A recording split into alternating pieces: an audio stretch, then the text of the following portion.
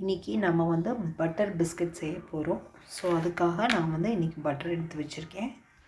Hi all, welcome back to my channel. So friends, இன்றைக்கி பார்த்திங்க அப்படின்னா நெய் பிஸ்கட் வந்து செய்ய போகிறோம்.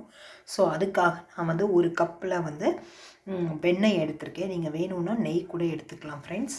அதுக்கப்புறம் பார்த்திங்க அப்படின்னா 2 கப் வந்து 3 கப், எந்த கப்பில் 1 கப் நெய் எடுத்தனோ வெண்ணெய் எடுத்தனோ அதே கப்பில் வந்து 3 கப் வந்து மைதா மாவு எடுத்து வச்சுருக்கேன்.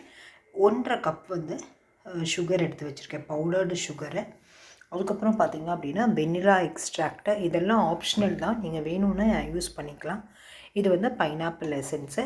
அதுக்கப்புறம் வந்து பார்த்திங்க அப்படின்னா கேன்பெரிஸ், இது வந்து டிமார்ட்டில் நான் வாங்கினது. ஸோ அதுதான்.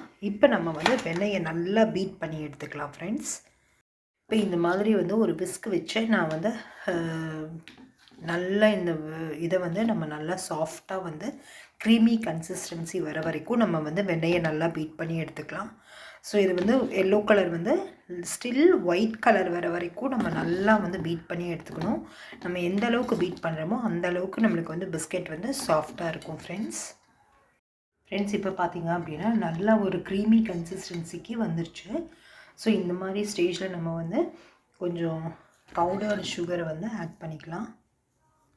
எல்லா எக்ஸ்ட்ராக்டும் பைனாப்பிள் எசன்ஸும் ஆட் பண்ணிக்கிறேன். ஸோ ஜஸ்ட் வந்து ஒரு ஃப்ளேவருக்காக தான். இப்போ நல்லா வந்து பீட் பண்ணிக்கலாம். நல்லா இப்போ பார்த்திங்க அப்படின்னா ஒரு க்ரீமி கன்சிஸ்டன்சிக்கு வந்துருச்சு. ஸோ இப்போ நம்ம வந்து கொஞ்சம் கொஞ்சமாக மைதா மாவு ஆட் பண்ணி நல்லா கலக்கி விட்டுக்கலாம். நல்லா கை விட்டு நல்லா பெசரி எடுத்துக்கலாம் ஃப்ரெண்ட்ஸ். இப்போ பாருங்கள் எவ்வளோ நல்லா சாஃப்டாக வந்து சப்பாத்தி மாவு மாதிரி நல்லா பிசைஞ்சு எடுத்துக்கலாம். இப்போ வந்து இதை வந்து நம்ம ஃப்ரிட்ஜில் வச்சு ஒரு 1/2 hour வந்து வச்சு எடுத்துக்கலாம். அப்போ தான் உங்களுக்கு வந்து பிஸ்கெட்டுக்கு வந்து அந்த ஷேப் கிடைக்கும். இப்போ இது வந்து ஒரு ஏர்டைட் கண்டெய்னரில் போட்டு நம்ம ஃப்ரிட்ஜில் வச்சு எடுத்துக்கலாம் ஃப்ரெண்ட்ஸ். இப்போ பாருங்கள், ஸோ 1/2 hour ஆயிடுச்சு. ஸோ எடுத்து நல்லா உதுத்து விட்டாச்சு. உதுத்துட்டு இந்த மாதிரி ஒரு ரவுண்டான ஒரு இதில் வந்து நல்லா சரிசமமாக எடுத்துக்கணும் ஃப்ரெண்ட்ஸ். சரிசமமாக தட்டி வச்சுட்டு நான் இன்றைக்கி வந்து 3 ஷேப்பில் வந்து குக்கி கட்டர் எடுத்திருக்கேன்.